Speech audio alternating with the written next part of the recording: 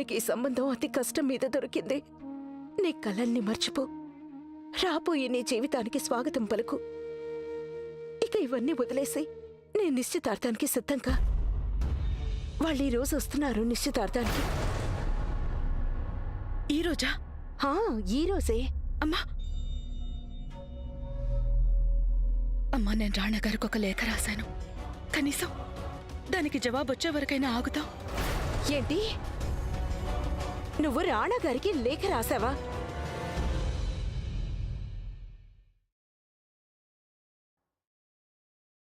Madam, ఇంతకీ ఉత్తరం మీకెందుకు? ఎందుకంటే ఈ ఉత్తరం గోవింద్ సేఠ్ గారింటి నుండి రాణా గారికి వచ్చింది. అయితే రాజ్మహల్కు వచ్చే ఏ లేఖ అయినా ముందుగా రాజమాత దగ్గరికే చేరాలి. ఉత్తరంలో ఏదో విషయం ఉంటుంది కదా.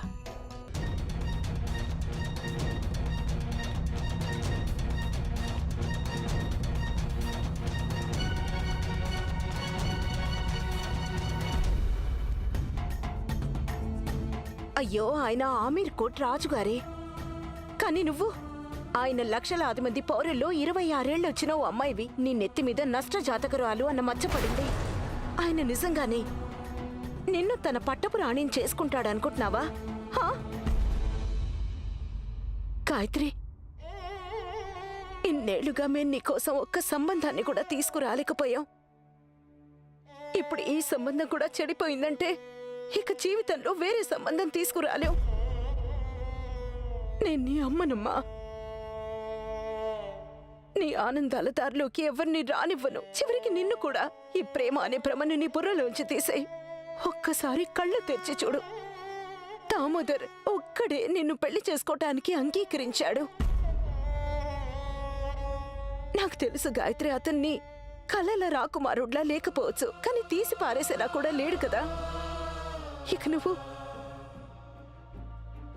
నువ్వు నా పరసు వేది లాంటి దానివి. నువ్వు దేన్ని తాకితే అది బంగారంలా మారిపోతుంది. నీకు గుర్తింపు కావాలంటావు కదా. ఈ సమాజంలో ఆడదానికి గుర్తింపు ఎప్పుడొస్తుందో తెలుసా? తనొకరికి భార్య అయినప్పుడే. భవిష్యత్తులో అలాంటి రోజు ఏదైనా రావచ్చేమో. ఆడపిల్లలకు చదువుకోవడానికి, స్వతంత్రంగా జీవించడానికి అవకాశాలు లభిస్తాయేమో, కానీ ఈ జన్మలో దొరకవు. నువ్వు దామోదర్ని పెళ్లి చేసుకోవాల్సింది గాయత్రి. నేను నిన్ను వేడుకుంటున్నాను. రాణగారిని మర్చిపో, ఆ ఉత్తరాన్ని మర్చిపో. ఇక నీ నిశ్చితార్థానికి సిద్ధంగా ఉండు. వాళ్ళు బయలుదేరుంటారు.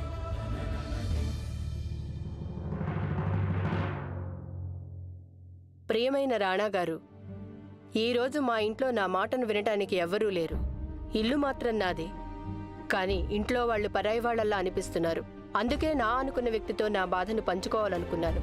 అందుకే మీకు ఈ లేఖ రాస్తున్నాను. అందరూ నాతో అంటుంటారు నేను నా భవిష్యత్తుని గురించి ఆలోచించుకోవాలి అని. కానీ నేను వేరెవరితోనో నా భవిష్యత్తుని ఎలా ఊహించుకోగలను రాణాగారు? నేను ఇంకెవరితోనో పెళ్లికి ఎలా అంగీకరించగలను? నా మనస్సంతా మీ రూపమే నిండి ఉంటే. ప్రేమసాగరంలో ఉన్నవారు ఎప్పుడూ ఒంటరిగా ఉండరు రాణాగారు. నేను ఎక్కడున్నా ఏం చేస్తున్నా మీరు నా చెంతనే ఉన్నారనిపిస్తుంది. మీరు నాకు సొంతం అవుతారో లేదో కానీ మీరు నాకు సొంతం కావచ్చని నా మనసు చెప్తోంది. మీ జవాబు కోసం ఎదురు చూస్తుంటాను. ఇట్లు మీ గాయత్రి. తండ్రేమో రాజ్మహల్ని బెదిరిస్తాడు, ఇక బిడ్డ ప్రేమ సందేశాలు పంపిస్తోంది. తనేమనుకుంటోంది అసలు? రాణాగారు తన్ని ప్రేమిస్తారు అనే? అయినా రాణాగారికి తనెవరో తెలుసుండే అవకాశం ఏమాత్రం లేదు. బుర్రలేని పిల్ల. మీరు చెప్పిన తరువాత నేను ఆ అమ్మాయి గురించి వివరాలు తెలుసుకున్నాను. అందులో తెలిసిందేంటంటే ఈ అమ్మాయికి చిన్నప్పుడే నిశ్చితార్థం జరిగింది. ఆ వెంటనే పెళ్లికొడుకు చనిపోయాట. ఈ కారణం వల్లనే గోవింద్ సేఠ్ దగ్గర ఇంత ఆస్తి ఉన్నప్పటికీ కూడా తన బిడ్డకి ఆయన పెళ్లి చెయ్యలేకపోయాడు. ఇప్పుడు ఈ అమ్మాయికి వయసు మళ్ళిన వాడి సంబంధం వచ్చింది. అంత ముసలివాణ్ణి చూసి ఆ పిల్ల ఎంత గోల చేసేసిందంటే ఇక ఎవరూ ఆ అమ్మాయిని చేసుకోవడానికి రారు. ఏమనుకుంటోంది? ఆవిడ గారిని చేసుకోవడానికి రెక్కల గుర్రం మీద రాకుమారుడొస్తాడనా?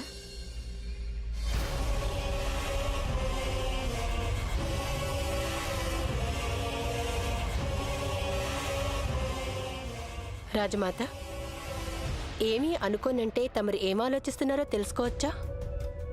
గోవింద్ సేఠ్ రాణా గారిని కలవడానికి వచ్చినప్పుడు రాజమాతకు ఆ సమాచారం అందాలి. అలాగే రాజమాత.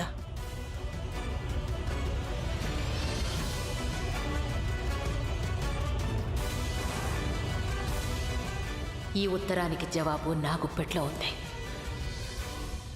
బాబుగారు, మీరు చెప్పినట్టే వకీల్ గారు ఇంగ్లీష్ కోర్టు వారికి ఈ విధంగా నోటీసు ఎంతో స్పష్టంగా రాశారు. మీరు ఎన్నిసార్లు చెప్పినా కూడా ఆమీర్ కోర్టు రాజ్యం మీ బాకీ ₹1 కూడా చెల్లించలేదు. కనుక మీరు వారిపై ఇంగ్లీష్ న్యాయస్థానంలో మీకు రావాల్సిన బకాయి వసూలుకి దావా నమోదు చేయబోతున్నారు. మీరు సంతకం చేసిస్తే నేను ఆ కాగితాలను పంపించేస్తాను. అప్పుడు మన కేసు కోర్టులో వాదనకు వస్తుంది. రాజ్మహల్ వారు నన్ను అంతగా అవమానించినా కూడా నేను వారికి వ్యతిరేకంగా దావా వేయాలనుకోలేదు. కానీ ఇప్పుడు నా దగ్గర మరొక దారి లేదు. ఒకవేళ ఈ డబ్బు గనక మనకు తిరిగి రాకపోతే నేను నా చిట్టి తల్లి పెళ్లి ఘనంగా ఎలా చేయగలను గుమస్తా గారు? అవును సేఠ్ గారు, నిజం చెప్పాలంటే మీరు మీ అమ్మాయి పెళ్లి కోసం పరువు ప్రాణం అన్నీ పణంగా పెట్టేశారు. నిజంగా మీకు మీ అమ్మాయి అంటే ఎంతో ప్రేమ. ఆడబిడ్డలు అలాగే ఉంటారు. ఇంటి నుంచి సాగనంపగలం గాని మనస్సులోంచి సాగనంపలేం కదా. ఆడపిల్లల కోసం మనం ఎంత చేసినా తక్కువే అనిపిస్తుంది. పైగా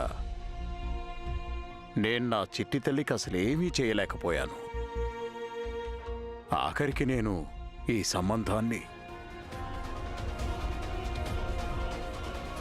మీరొక పని చేయండి. పోయిన సంవత్సరం వడ్డీ లెక్కల్ని ఒకసారి చూడండి. అలాగే సేఠ్ గారు. నమస్కారం సేఠ్ గారు. ఈరోజు 3 గంటలకి రాణా గారు మిమ్మల్ని రాజమహల్కి రమ్మని చెప్పారు.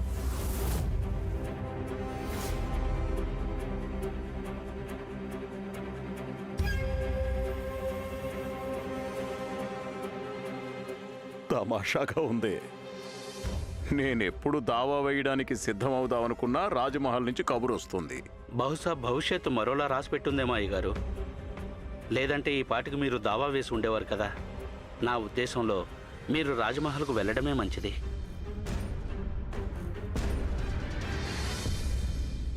ఓహో, ఇంకా ఈ పాత దుప్పట్లు తేనేలేదా?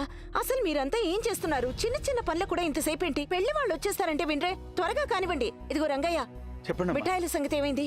ఇప్పుడే తెస్తానమ్మా. అంటే ఇంకా తీసుకురాలేదా? మీరు బండి తీసుకెళ్లి మంచి మిఠాయిలు వెంటనే తీసుకురండి.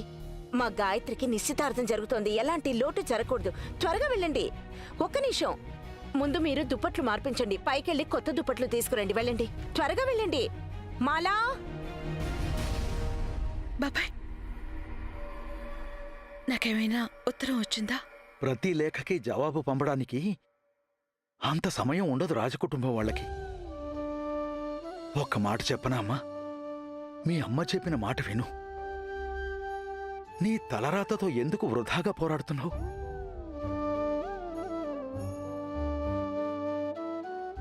నేనెప్పుడో ఓడిపోయాను బాబాయ్. మిగిలింది నా ప్రేమ ఒక్కటే. అదే ఎందుకో ఓడిపోనంటోంది.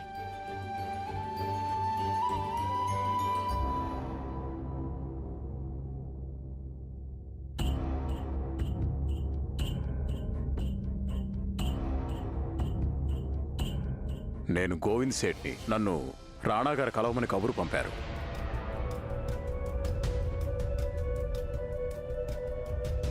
చెప్పండి, ఏం కావాలి? వీరిని రాణా గారి దగ్గరికి తీసుకెళ్ళండి. రండి, అటువైపు. ఇలా ఇటువైపు.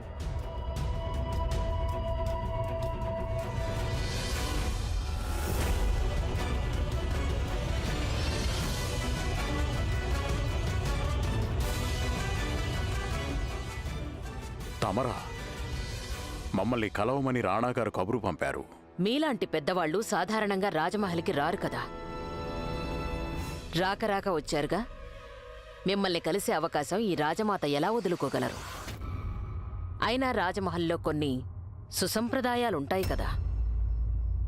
ప్రణామాలు రాజమాత. రండి.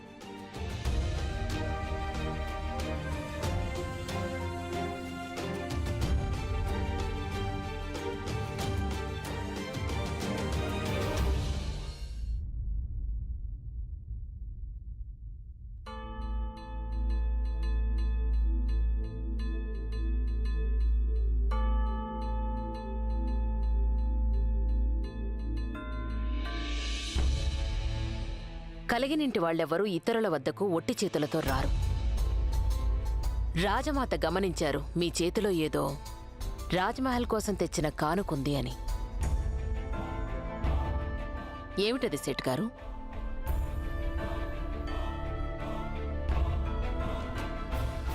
రాణాగారి కబురు రాకముందు నేను ఆంగ్లేయుల కోర్టులో ఓ అర్జీని పెట్టాలనుకున్నాను.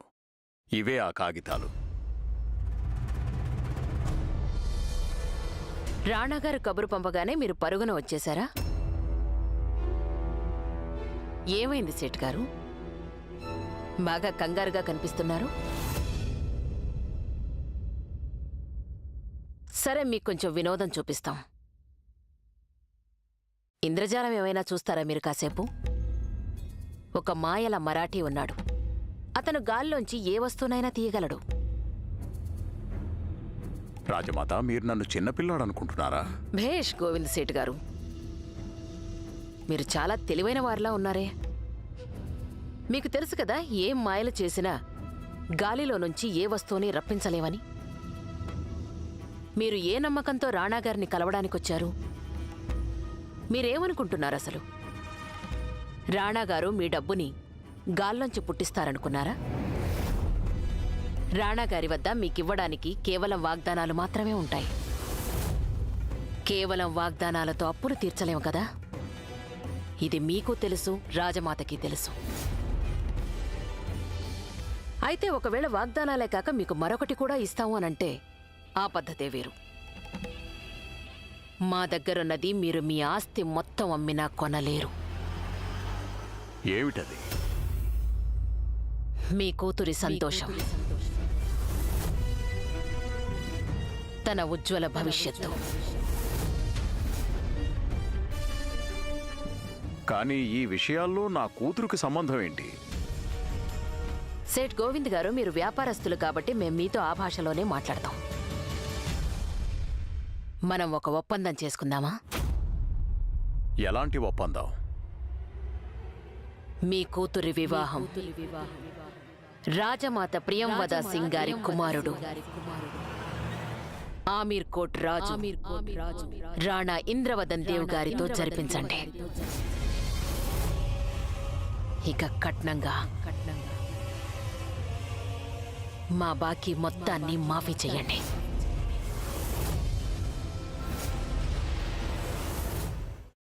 నేను వ్యాపారస్తున్నే రాజమాత, కానీ నా బిడ్డ జీవిత విషయంలో కాదు. నేను మీతో పాటు ఈ ఒప్పందం చేయలేను. మా భోగట్ట ప్రకారం మీ అమ్మాయి కోసం చాలా పెద్ద వరుసలో ఎందరో నిల్చున్నారట.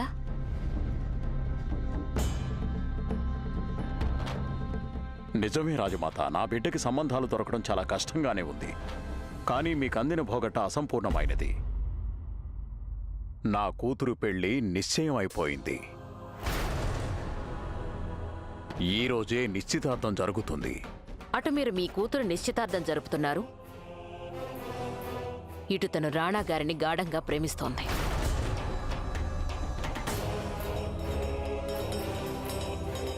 ఏమిటి? మీరు మాకు శత్రుత్వం పెంచే సమన్లు పంపాలనుకుంటే మీ కూతురు మాత్రం ప్రేమ పత్రాన్ని ముందుగానే పంపేసింది.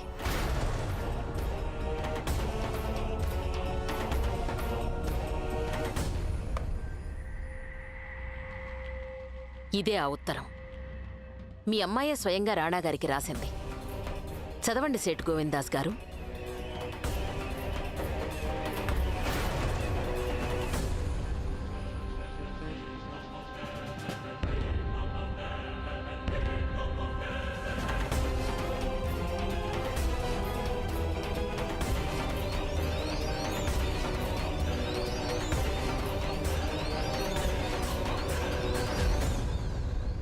మీరు మీ అమ్మాయిని ఎంతో ప్రేమిస్తారని మేం విన్నాం. అయినా తన మనసేమిటో రాజమాత నోటి ద్వారా వినాల్సి వచ్చిందే. భలే తమాషాగా ఉంది కదా. ఒకవేళ గాయత్రి రాణాగారిని ప్రేమించినా కూడా అయినా సరే మేమీ ఒప్పందానికి ఒప్పుకోలేము.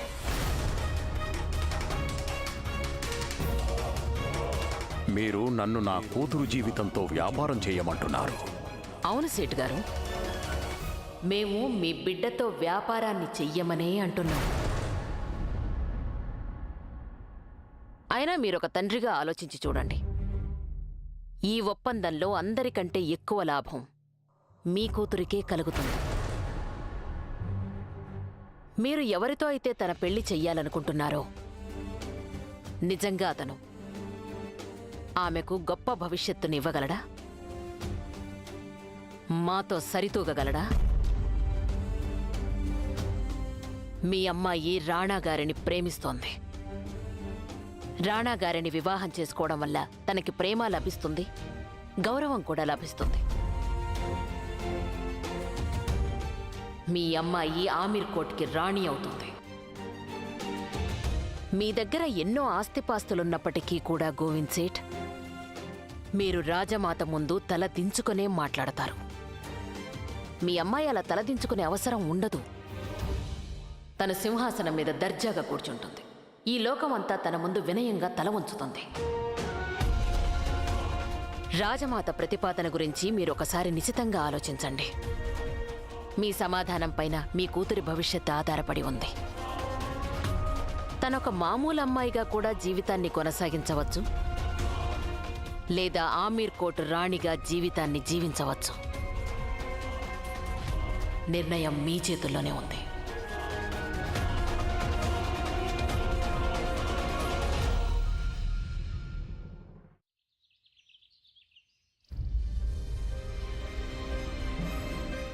రాణాగారు, మీరు నా లేఖకు జవాబిస్తారు కదూ?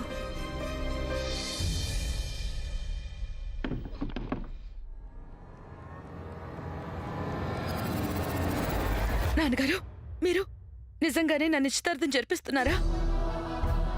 చెప్పండి నాన్నగారు. మీ కూతురి వివాహం రాజమాత ప్రియంవద సింగ్ గారి కుమారుడు ఆమీర్ కోట్ రాజు రాణా ఇంద్రవదన్ దేవ్ గారితో జరిపించండి. ఇక కట్నంగా మా బాకీ మొత్తాన్ని మాఫీ చెయ్యండి.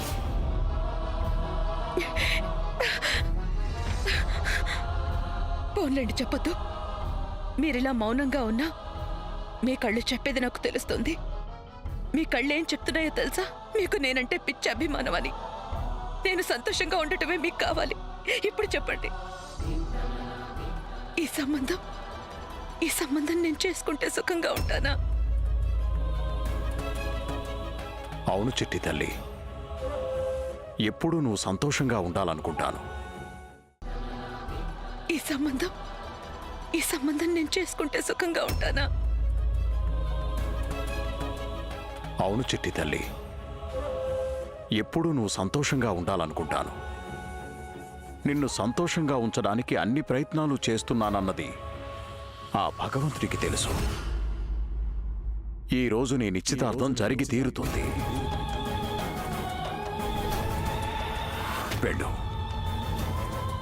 వెళ్ళి తయారవు.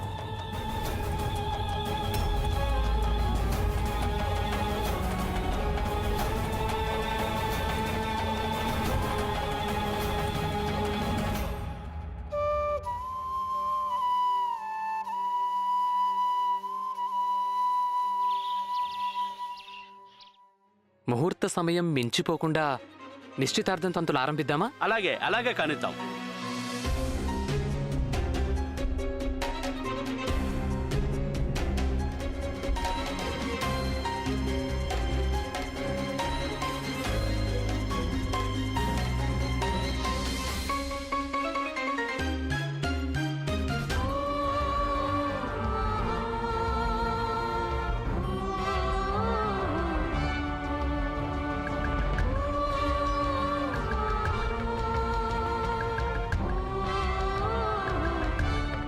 ఇవిగో మేము తెచ్చిన కానుకలు, ఈ నగలు, ఈ చీరలు.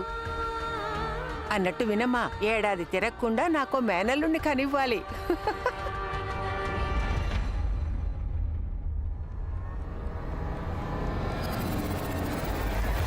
బాబు శ్యామ్, గాయత్రి మంచి అదృష్టవంతురాలు. అందుకే నీలాంటి అన్నయ్య, మా మాధవి లాంటి వదిన దొరికారు. లేకపోతే ఇలాంటి అమ్మాయిలకి అసలు పెళ్ళే కాదు. అది అక్షరాల నిజమక్క. ఈ నిశ్చితార్థం మీ పెద్ద మనసు వల్లే జరుగుతోంది. లేదంటే ఎవరు చేసుకుంటారు ఈ అభాగ్యురాల్ని? ఈ ఇంట్లో ఏం లోటుందా నీకు? మనసుకు నచ్చింది తింటున్నావు, నచ్చినట్టుంటున్నావు. జీవితంలో నీకు ఇంకేం కావాలి అసలు? గుర్తింపు.